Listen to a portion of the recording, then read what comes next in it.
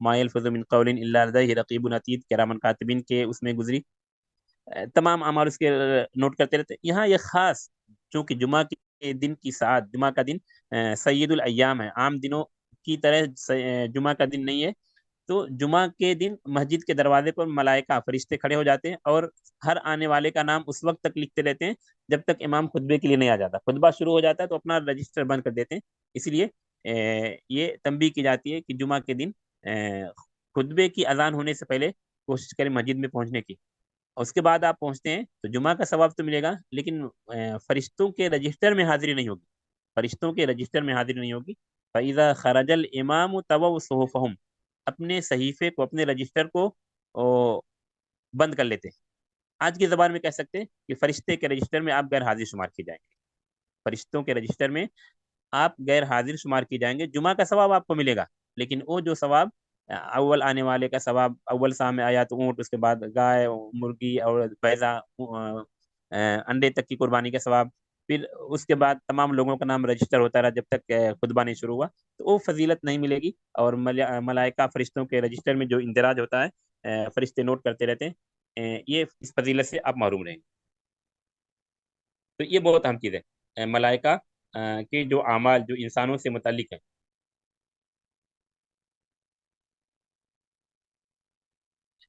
ایک اور چیز شاید آج کے درس کا، کہ اللہ تبارک و تعالیٰ نے متعدد جگہوں پر انسانوں کے لیے، انسانوں کی چیزوں کو ریکارڈ کرنے کے لیے، کائنات کا نظام چلانے کے لیے اللہ نے فرشتوں کو متعین کر رکھا ہے۔ بارش کے لیے فرشتے، وحی کے لیے فرشتے، روزی روٹی کا انتظام کے لیے فرشتے۔ اس کے ساتھ ساتھ اللہ نے پہاڑوں کے لیے بھی فرشتے متعین کر رکھے، کیونکہ یہ نقطہ بڑا اہم تھا، اکثر لوگ اس پر کم گفتگو کرتے ہیں، اس لیے یہ چیز بتائی جا رہی ہے۔ یہ آخری حدیث ہو گیا آج کے درس۔ 3231 قطب اتساق کے پر آئیے 3231، یہ طائف کے واقعے سے متعلق حدیث ہے۔ واقعہ اکثر لوگ جانتے ہوں گے، لیکن ملائکہ پر ایمان سے متعلق جوڑ کر اس کو سمجھنا ہے۔ ہاں، بخاری کی لے لیجیے، بخاری۔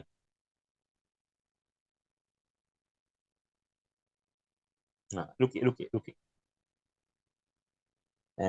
مفہوم یہ ہے حدیث کا کہ سب سے سخت دن جو آپ پر آئے وہ طائف کا واقعہ، جب آپ اپنے چچا ابو طالب اور خدیجہ رضی اللہ عنہ کی وفات کے بعد آپ پر جو مصائب آئے، اور کوئی آپ کا شفیق اور رفیق اور غمخوار نہیں رہ گیا باہر کی زندگی میں۔ آپ کے چچا ابو طالب گرچہ وہ ایمان نہیں لائے، آپ کے ساتھ دینے والے تھے ہر موقع پر، اور گھریلو زندگی میں حضرت خدیجہ رضی اللہ عنہ، یہ دونوں کی وفات چند ایام یا چند ماہ کے فاصلے پر ہو جاتی ہے۔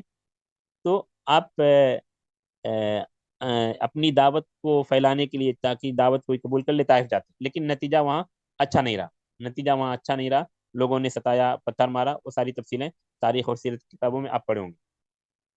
جب آپ واپس آتے ہیں تو آپ ایک جگہ بیٹھ جاتے ہیں، قرن الثعالب یا قرن المنازل یہاں پر ہے، اور وہاں پر بادل آپ کا سایہ کرتا ہے، بادل آپ کا سایہ کرتا ہے، جبریل علیہ السلام کے ساتھ پہاڑوں کا فرشتہ حاضر ہوتا ہے۔ اب یہاں سے اصل چیز ہے، وَأَنَا حدیث کے جو الفاظ ہیں یہاں پر، فَانْطَلَقْتُ وَأَنَا مَحْمُومٌ عَلَى وَجْهِي، میں رنجیدہ غمگین چلا سیدھا، فَلَمْ أَسْتَفِقْ إِلَّا وَأَنَا بِقَرْنِ الثَّعَالِبِ، قرن الثعالب یا قرن المنازل میں جا کر مجھے ہوش آیا۔